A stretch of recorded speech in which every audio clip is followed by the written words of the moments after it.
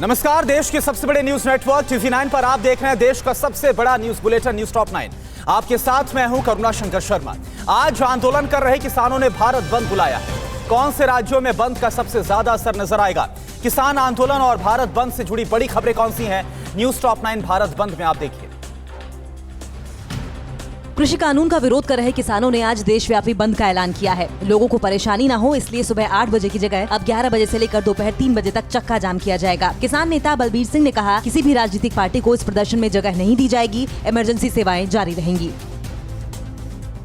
किसानों के भारत बंद को अब तक 8 राज्य सरकारों ने समर्थन दिया है। दिल्ली, पंजाब, राजस्थान, झारखंड, छत्तीसगढ़, तेलंगाना, केरल और महाराष्ट्र सरकार कर रही है समर्थन। पश्चिम बंगाल की सरकार किसान की मांगों को जायज बता रही है, लेकिन भारत बंद के पक्ष में नहीं है। किसानों के भारत बंद पर केंद्र सरकार ने राज्यों को एडवाइजरी जारी की है। सभी राज्यों और केंद्र शासित प्रदेशों को कानून व्यवस्था बनाए रखने के लिए निर्देशित किया गया है। कोरोना प्रोटोकॉल का पालन कराना और कोई भी अप्रिय घटना न होने देने के निर्देश दिए गए हैं। भारत बंद की वजह से दिल्ली की सबसे बड़ी आजादपुर मंडी बंद रहेगी, जबकि ओखला और महरौली सब्जी मंडी खुली रहेगी। वहीं सदर बाजार भी खुला रहेगा। व्यापारियों ने कहा, सरकार किसानों को नए कृषि कानून के फायदे समझाए। बार काउंसिल ऑफ दिल्ली ने किसानों को समर्थन देने की बात कही। किसानों के बुलाए भारत बंद को लेकर योगी सरकार एक्शन में है। यूपी के कई जिलों में धारा 144 लगा दी गई है। सीएम योगी ने जिला और पुलिस प्रशासन को सतर्क रहने के निर्देश दिए। जबरन दुकान बंद करवाने वालों के खिलाफ यूपी पुलिस सख्त एक्शन लेगी। गुजरात सरकार ने किसानों के भारत बंद को समर्थन न देने का फैसला किया है। सीएम विजय रूपाणी ने कहा, जबरन दुकान और दफ्तर बंद कराने वालों के खिलाफ सख्त कार्रवाई की जाएगी। रूपाणी ने नए कृषि कानून को किसानों के हित में बताया। भारत बंद के मद्देनजर हरियाणा पुलिस ने ट्रैवल एडवाइजरी जारी की, जिसमें कहा गया है कि यात्रियों को रास्तों पर रुकावट का सामना करना पड़ सकता है। यात्रियों के लिए खास इंतजाम किए गए हैं। हिंसक घटनाओं की आशंका को देखते हुए पुलिस अलर्ट है। महाराष्ट्र की उद्धव सरकार किसानों के बंद का समर्थन कर रही है। हालांकि मुंबई पुलिस को सख्त पेट्रोलिंग के निर्देश दिए गए हैं। अतिरिक्त 600 पुलिसकर्मी तैनात किए गए हैं। जबरन दुकान खुलवाने या बंद कराने वालों पर कार्रवाई के आदेश दिए गए। देश के अलग अलग इलाकों में आंदोलन कर रहे अन्नदाताओं के सपोर्ट में आवाजें उठ रही। भोपाल के गांधी भवन में युवा कलाकारों ने किसानों के समर्थन में एक दिन का अनशन किया। आज भारत बंद और कल सरकार से बातचीत, क्या निकलेगा कोई हल? कृषि कानून पर 2 हिस्सों में बटा हुआ है किसान गुट। किसान आंदोलन से जुड़ी बड़ी खबरें कौन सी हैं? न्यूज टॉप 9 किसान क्रांति में आप देखिए। किसान आंदोलन के बीच कृषि कानून का समर्थन करने वाले किसानों का प्रतिनिधिमंडल कृषि मंत्री नरेंद्र सिंह तोमर से मिला। इन किसानों ने केंद्र सरकार से गुजारिश की है कि वो प्रदर्शन के दबाव में आकर कृषि कानूनों को खत्म न करें, इन्हें बदलाव के साथ जारी किया जाए। नए कृषि कानून को लेकर किसान संगठन भी 2 गुटों में बट गया है। कानपुर के कुछ किसान का मानना है कि नए कृषि कानून की वजह से बिचौलिए नहीं होंगे और किसान कहीं भी अपना अनाज बेच पाएगा। कोची के किसानों का मानना है कि नए कृषि कानून को परखना चाहिए। नए कृषि कानून को कोर्ट में मिलेगी चुनौती। केरल सरकार 3 नए कृषि कानून को सुप्रीम कोर्ट में चुनौती देगी। केरल के कृषि मंत्री वीएस सुनील कुमार ने कहा है कि नए कृषि कानूनों को उनकी सरकार राज्य में लागू नहीं होने देगी। आंदोलन के बीच कल एक बार फिर किसान संगठन और केंद्र सरकार की अहम बैठक है। 6ठी बार बातचीत का दौर चलेगा। इससे पहले हुई 5 बैठक में कोई समाधान नहीं निकला। आंदोलन कर रहे किसान 3 नए कृषि कानून को वापस लेने की मांग कर रहे हैं। बीजेपी ने विपक्षी दलों पर किसान आंदोलन का राजनीतिक फायदा उठाने का आरोप लगाया है। केंद्रीय मंत्री रविशंकर प्रसाद ने कहा, कांग्रेस अपना अस्तित्व बचाने के लिए आंदोलन में शामिल हुई। योगी आदित्यनाथ ने दावा किया कि 2010-11 में शरद पवार ने बतौर कृषि मंत्री एपीएमसी में संशोधन की वकालत की थी। पंजाब के पूर्व सीएम प्रकाश सिंह बादल ने पीएम नरेंद्र मोदी को किसान आंदोलन को लेकर चिट्ठी लिखी। बादल ने लिखा, सरकार किसानों की बात सुन इस विरोध प्रदर्शन को बेहतर तरीके से सुलझा सकती थी। प्रदर्शन से देश के आर्थिक निर्माण पर बुरा असर पड़ेगा। किसान आंदोलन को लेकर अवार्ड वापसी गुट पर बरसे केंद्रीय गृह राज्य मंत्री जी किशन रेड्डी। कहा, अवार्ड वापसी एक दिन का ड्रामा था। अवार्ड वापस करने वाले बताएं कृषि कानून में किसानों के विरोध में क्या है। पूछा, क्या खुद पढ़ा है कृषि कानून? समाजवादी पार्टी के अध्यक्ष अखिलेश यादव के खिलाफ एफआईआर दर्ज हुई है। अखिलेश समेत 28 लोगों पर महामारी एक्ट के तहत मामला दर्ज किया गया। कल अखिलेश यादव लखनऊ से कन्नौज की ओर किसान यात्रा निकालने वाले थे। पुलिस ने उन्हें लखनऊ में हिरासत में लिया था। दिल्ली में तीनों नगर निगमों के बकाये पैसे को जारी करने की मांग को लेकर मेयर मुख्यमंत्री अरविंद केजरीवाल के सरकारी आवास के बाहर धरने पर बैठे। तीनों एमसीडी के मेयर और पार्षदों ने केजरीवाल की गाड़ी को रोकने की भी कोशिश की। मेयरों ने मुलाकात करने की शर्त पर ही केजरीवाल को आवास में जाने दिया। आज बीजेपी ने नॉर्थ बंगाल में 24 घंटे का बंद क्यों आखिर बुलाया? सब्जियों के बाद दूध, चीनी और चाय पत्ती कीमतों में आखिर कितना इजाफा हो गया है? पेट्रोल डीजल की बढ़ती कीमतों पर कब ब्रेक लगेगा? और कहां पर मिला MiG-29 के पायलट कमांडर निशांत का शव? आप देखिए देश की बड़ी खबरें कौन सी है न्यूज टॉप 9 राष्ट्रनामा में। बीजेपी ने आज नॉर्थ बंगाल में 12 घंटे का बंद बुलाया है। कल पश्चिम बंगाल के सिलीगुड़ी में बीजेपी युवा मोर्चा के प्रदर्शन के दौरान पुलिस के साथ भिड़ंत में बीजेपी की कार्यकर्ता की मौत हो गई थी। बीजेपी ने कहा, ममता राज में हर दिन राज्य में लोकतंत्र की हत्या हो रही है। कांग्रेस नेता अधीर रंजन चौधरी ने ममता बनर्जी पर बड़ा आरोप लगाया है। उन्होंने कहा, दीदी शुभेंदु और विमल दा को छोड़ने वाली ममता दीदी को वोट और चुनाव जीतने के लिए दाऊद, लश्कर-ए-तोयबा और जैश-ए-मोहम्मद की जरूरत लगती है। उन्हें भतीजे को बचाने के लिए ऐसे भाइयों की जरूरत पड़ रही है। प्रधानमंत्री नरेंद्र मोदी आज वर्चुअल इंडिया मोबाइल कांग्रेस के उद्घाटन समारोह को संबोधित करेंगे। IMC 2020 का आयोजन भारत सरकार के दूरसंचार विभाग और cellular operators association of India की तरफ से किया जा रहा है। 2 दिनों तक चलने वाले मोबाइल कांग्रेस आत्मनिर्भर भारत पर फोकस होगा। प्रधानमंत्री नरेंद्र मोदी ने फ्रांस के राष्ट्रपति इमैनुअल मैक्रों के साथ टेलीफोन पर बातचीत की। पेरिस में हुए आतंकी हमले पर पीएम मोदी ने संवेदना जताते हुए आतंकवाद के खिलाफ लड़ाई में फ्रांस को समर्थन देने का वादा किया। कोरोना खत्म होने के बाद मैक्रो को पीएम मोदी ने भारत आने का न्योता दिया। अमेरिकन कंपनी फाइजर और ऑक्सफोर्ड के साथ वैक्सीन बनाने वाली भारतीय कंपनी सीरम के बाद एक और भारतीय कंपनी भारत बायोटेक ने भी केंद्र सरकार से वैक्सीन के इमरजेंसी इस्तेमाल की इजाजत मांगी है। भारत बायोटेक भारतीय आयुर्विज्ञान अनुसंधान परिषद के साथ मिलकर देश में वैक्सीन पर काम कर रहा है। 26 नवंबर को क्रैश हुए फाइटर जेट MiG-29K के पायलट कमांडर निशांत सिंह का शव बरामद कर लिया गया है। 11 दिन तक लगातार चले सर्च ऑपरेशन के बाद कमांडर निशांत का शव कल गोवा के तट से 30 मील दूर पाया गया है। कमांडर का शव 70 मीटर गहरे पानी में था। MiG-29K अरब सागर के ऊपर उड़ान भरते समय क्रैश हो गया था।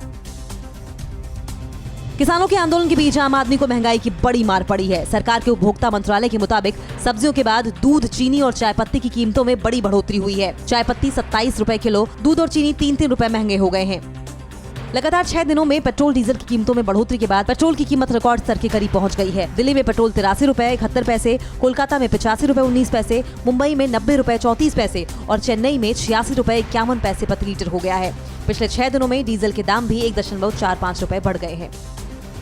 सूत्रों के मुताबिक संसद भवन की नई इमारत के लिए 10 दिसंबर को होने वाली भूमि पूजन में सभी धर्मों के धर्मगुरु शामिल होंगे। इससे पहले पीएम मोदी के भूमि पूजन को लेकर विपक्षी पार्टियों ने सवाल उठाते हुए पूछा था कि इसमें केवल पूजा क्यों, इसमें सर्वधर्म प्रार्थना होनी चाहिए। आंध्र प्रदेश के एलुरु में किस रहस्यमय बीमारी का खौफ है? अयोध्या में राम मंदिर परिसर की सुरक्षा आखिर क्यों बढ़ाई गई? जनवरी से गांव को रोशन करने की किस योजना की शुरुआत होगी? और दिल्ली में एमसीडी के तीनों मेयर ने क्यों रोका केजरीवाल का रास्ता?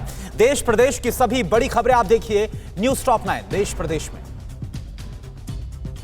आंध्र प्रदेश के एलुरु में रहस्यमयी बीमारी से अब तक 464 चपेट में आ चुके हैं। इनमें से 289 लोगों की सेहत में सुधार होने के बाद अस्पताल से छुट्टी दे दी गई। डॉक्टरों के मुताबिक मरीजों में दौरे, उल्टी, चक्कर और सिरदर्द के लक्षण हैं। आज केंद्रीय टीम हालात का जायजा लेने जा रही है। अयोध्या में राम मंदिर के निर्माण शुरू होते ही मंदिर परिसर के आसपास सुरक्षा बढ़ा दी गई है। राम मंदिर परिसर के आसपास ड्रोन कैमरे के इस्तेमाल पर 2 फरवरी 2021 तक रोक लगा दी गई। मंदिर की बुनियाद के 1200 पिलर का निर्माण किया जाएगा। 15 दिसंबर तक निर्माण एजेंसी की विशेषज्ञ ट्रस्ट को रिसर्च रिपोर्ट सौंपेगा।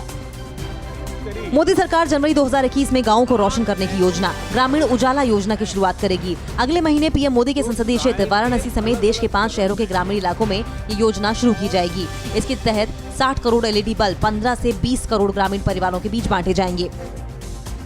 जम्मू कश्मीर के श्रीनगर के नाके से चेकिंग के दौरान भागे कार में सवार संदिग्ध आतंकियों की तलाश के लिए सुरक्षा बलों का अभियान जारी है। श्रीनगर के बाहरी इलाके नारबल में सुरक्षा बलों के रोकने का इशारा करने के बावजूद कार सवार तेजी से भाग निकले थे। पूरे इलाके में सर्च ऑपरेशन चलाया जा रहा है। मौसम विभाग ने जम्मू कश्मीर के ऊपरी हिस्से पुंछ, किश्तवाड़, कुपवाड़ा, बंदीपोरा और गांदरबल में मीडियम रेंज के अवलांच की चेतावनी जारी की है। येलो अलर्ट जारी करते हुए मौसम विभाग ने कहा है कि अगले 24 से 36 घंटे में रामबन, अनंतनाग और बारामूला में बर्फीला तूफान आ सकता है। एमपी के मुख्यमंत्री शिवराज सिंह चौहान ने शरद पवार पर दोहरी राजनीति का आरोप लगाया है। शिवराज ने शरद पवार की पुरानी चिट्ठी सार्वजनिक की और दावा किया कि 2011 में शरद पवार ने खुद लिखा था कि एपीएमसी कानून को संशोधित करने की जरूरत थी। दिल्ली में कोरोना की रफ्तार पर ब्रेक लगती दिखाई दे रही है। सोमवार को कोरोना के 1674 नए केस सामने आए, जबकि 63 लोगों की मौत हो गई। पिछले 6 महीने में दिल्ली में सबसे कम पॉजिटिविटी रेट दर्ज की गई। कोरोना संक्रमण की दर 3.15 रह गई है। त्योहारों के बाद दिल्ली में कोरोना के नए केस तेजी से बढ़ रहे थे। दक्षिण भारतीय फिल्मों की मशहूर अभिनेत्री विजय शांति कल बीजेपी में शामिल हो गईं। तेलुगु फिल्मों की अभिनेत्री विजय शांति ने बीजेपी अध्यक्ष जेपी नड्डा के आवास पर बीजेपी की सदस्यता ली। विजय शांति ने कहा, तेलंगाना में केसीआर का पूरा परिवार करप्शन कर रहा है, कोई विकास नहीं हो रहा। यूपी के ग्रेटर नोएडा के बादलपुर थाना क्षेत्र में पुलिस और बदमाशों की मुठभेड़ के दौरान 3 बदमाश घायल होने के बाद पकड़े गए। पकड़े जाने के बाद घायल बदमाशों को अस्पताल में भर्ती कराया गया। तीनों शातिर बदमाशों पर 1 दर्जन से ज्यादा मुकदमे दर्ज हैं। युद्धाभ्यास के नाम पर चीन और पाकिस्तान भारत के खिलाफ आखिर किस साजिश को रच रहे हैं? भारत के खिलाफ किन आतंकी गुटों की मदद कर रहा है चीन? और पाकिस्तान में विपक्ष से क्यों डर गए हैं इमरान खान? आप देखिए न्यूज टॉप 9, पाक चीन की चाल में बड़ी खबरें। चीन और पाकिस्तान मिलकर भारत के खिलाफ नई साजिश रच रहे हैं। युद्धाभ्यास के नाम पर दोनों देशों ने अपनी एयरफोर्स को भारत के पश्चिम सीमा पर तैनात कर दिया। इस युद्धाभ्यास को शाहीन 9 नाम दिया गया है। पाकिस्तान और चीन के बीच मार्च 2011 से संयुक्त युद्धाभ्यास चल रहा है। युद्धाभ्यास के नाम पर चीन की वायुसेना के Y-20 heavy lift plane Pakistan पहुंचे हैं। चीन और पाकिस्तान का यह युद्धाभ्यास कराची के पास भोलारी में पाकिस्तानी वायुसेना के एयरबेस पर हो रहा है। यह युद्धाभ्यास दिसंबर के आखिर तक चलने की चर्चा है। चीन के खिलाफ सेना की रक्षा तैयारियों को और मजबूती मिली है। DRDO जल्द ही आर्मी को 200 स्वदेशी हॉवित्जर तोपें मुहैया कराएगा। DRDO का कहना है कि 18 महीनों में 200 हॉवित्जर तोपें सेना को उपलब्ध करा दी जाएंगी। हॉवित्जर को चीन की सीमा पर तैनात किया जाएगा। भारत के खिलाफ साजिश में जुटा चीन अब म्यांमार को बेस बनाए उग्रवादी संगठनों की मदद कर रहा है। चीन इन आतंकियों को म्यांमार की तरफ से भारतीय बॉर्डर पर तैनात सुरक्षा बलों को निशाना बनाने के लिए उकसा रहा है। चीन नागालैंड के बागियों को प्रशिक्षण और हथियार भी दे रहा है। समंदर में चीन की ताकत को चुनौती देने के लिए अमेरिका बड़ी तैयारी कर रहा है। अमेरिका $2.2 बिलियन खर्च कर हिंद महासागर में अपनी मौजूदगी को और मजबूत करेगा। अमेरिका भारत और जापान के साथ मिलकर समंदर में चीन की दादागिरी को खत्म करने की रणनीति बना रहा है। पाकिस्तान में इमरान सरकार के खिलाफ विपक्ष की मोर्चेबंदी और तेज हो गई है। आज फेडरल और प्रांतों के विपक्षी सांसद और विधायक सामूहिक इस्तीफा दे सकते हैं। PML नवाज की नेता मरियम नवाज ने विपक्षी नेताओं के सामूहिक इस्तीफे का ऐलान किया है। पाकिस्तान में 11 विपक्षी संगठनों के संगठन पाकिस्तान डेमोक्रेटिक मूवमेंट ने ऐलान किया है कि 13 दिसंबर को लाहौर में उनकी रैली जरूर होगी। इमरान सरकार ने कहा है कि अगर लाहौर में रैली होगी तो PDM नेताओं के खिलाफ कोरोना प्रोटोकॉल के तहत कानूनी कार्रवाई की जाएगी। चीन के वुहान में फ्रोजन फूड का सैंपल कोरोना पॉजिटिव निकला है। रिपोर्ट के मुताबिक ये फ्रोजन फूड ब्राजील और उरुग्वे से इंपोर्ट किया गया था। सैंपल रिपोर्ट कोरोना पॉजिटिव मिलने के बाद पूरे स्टॉक को सील कर दिया गया और कोल्ड स्टोरेज को सैनिटाइज किया गया। व्यापार के मोर्चे पर भी भारत ने चीन को झटका दिया है। पिछले 11 महीने में पहली बार चीन को निर्यात 16% बढ़ा है। वहीं चीन से होने वाले आयात 13% घटे हैं। LAC पर चीन से विवाद के कारण देश में चीन उत्पादों के बहिष्कार से चीन से होने वाला आयात घटा है। रूस ने आखिर किस घातक ड्रोन की टेस्टिंग की है? तुर्की के खिलाफ बैन लगाने की तैयारी में क्यों है यूरोपीय यूनियन? और चीन के किन 14 लोगों पर अमेरिका ने लगाया है बैन और आखिर क्यों? आप देखिए news top 9 world at war में। रूस के Su-30 फाइटर जेट्स ने ब्लैक सी के ऊपर जासूसी के इरादे से घुसे अमेरिका और फ्रांस के एयरक्राफ्ट को चेतावनी देकर पीछे जाने को मजबूर किया। रूस का कहना है कि अमेरिका और फ्रांस के एयरक्राफ्ट उसकी सीमा में अवैध रूप से घुसे थे। रूस की चेतावनी के बाद अमेरिका और फ्रांस के एयरक्राफ्ट को वापस लौटना पड़ा। रूस ने सीरिया में क्लाशिनकोव ड्रोन का कामयाब टेस्ट किया है। रूस का दावा है कि क्लाशिनकोव ड्रोन टेस्टिंग में पूरी तरह सटीक और कामयाब रहा। बेहद तेज रफ्तार ये ड्रोन विस्फोटक लेकर उड़ने में सक्षम है। ये ड्रोन रूस के पुराने ड्रोन से ज्यादा मारक है।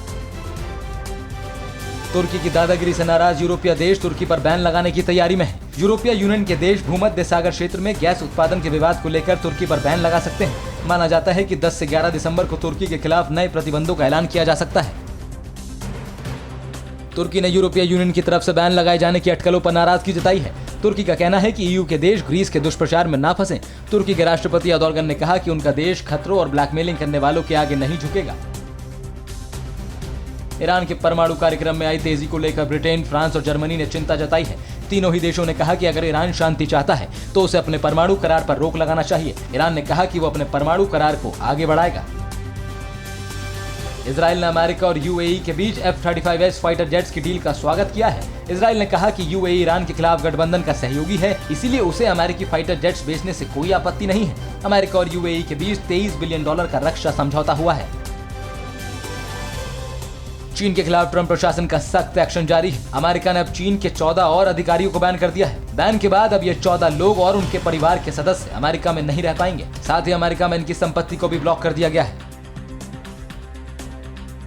लीबिया और काराबाग में सीरिया के आतंकियों के इस्तेमाल के बाद अब तुर्की सीरिया के लड़ाकों को कतर भेजने की तैयारी में है। तुर्की 200 सीरियाई लड़ाकों को अगले साल शुरुआत में कतर भेजना चाहता है। तुर्की ने कतर में खेल संस्थानों की सुरक्षा के लिए इन लड़ाकों को नौकरी पर रखा है।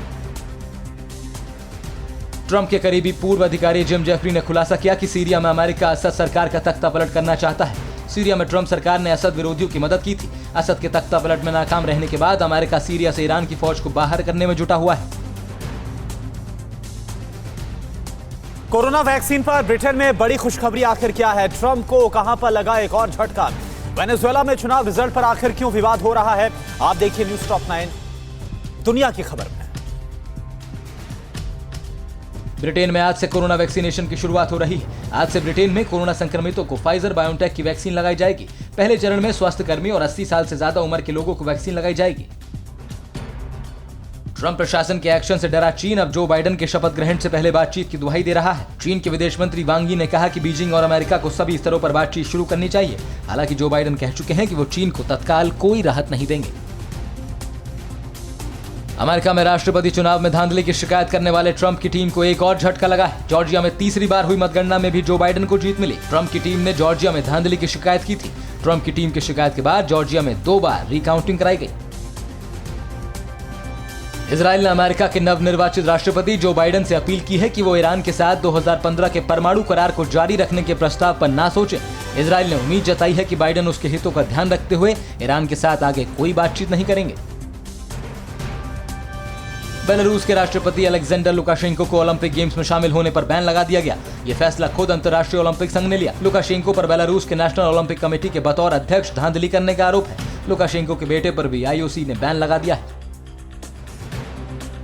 बेलारूस में विपक्ष के विरोध का सामना कर रहे राष्ट्रपति अलेक्जेंडर लुकाशेंको ने अहम बदलाव का ऐलान किया। लुकाशेंको ने देश के अलग अलग विभागों को और अधिकार देने और अगले 5 साल में लोकतंत्र को और मजबूत करने की बात कही। लुकाशेंको ने कहा था कि वो जल्द ही देश के नए संविधान को मंजूरी देंगे। वेनेजुएला में सोमवार को हुए चुनाव को अमेरिका ने दिखावा करार दिया। अमेरिका ने कहा कि ये चुनाव भरोसे के लायक नहीं। चुनाव में राष्ट्रपति मुद्रो की पार्टी की एक तरफा जीत हुई। अमेरिका ने आरोप लगाया कि मुद्रो की सरकार विपक्षी नेताओं को टॉर्चर कर रही है। यूएई ने 200 से ज्यादा इजरायली नागरिकों को दुबई एयरपोर्ट पर नजरबंद कर दिया है। इन लोगों को एयरपोर्ट छोड़कर दुबई शहर में जाने की इजाजत नहीं दी गई। यूएई के अधिकारियों के मुताबिक इजरायल के नागरिकों के पास यूएई में आने के लिए वैध वीजा नहीं है। नेपाल में प्रधानमंत्री केपी शर्मा ओली ने आज सर्वदलीय बैठक बुलाई। करीब 7 महीने बाद प्रधानमंत्री ने सर्वदलीय बैठक बुलाई है। बैठक में नेपाल के सभी राजनीतिक दलों के टॉप नेताओं को बुलाया गया है। पीएम आवास पर होने वाली इस बैठक में नेपाल से जुड़े राष्ट्रीय मुद्दों पर चर्चा होगी।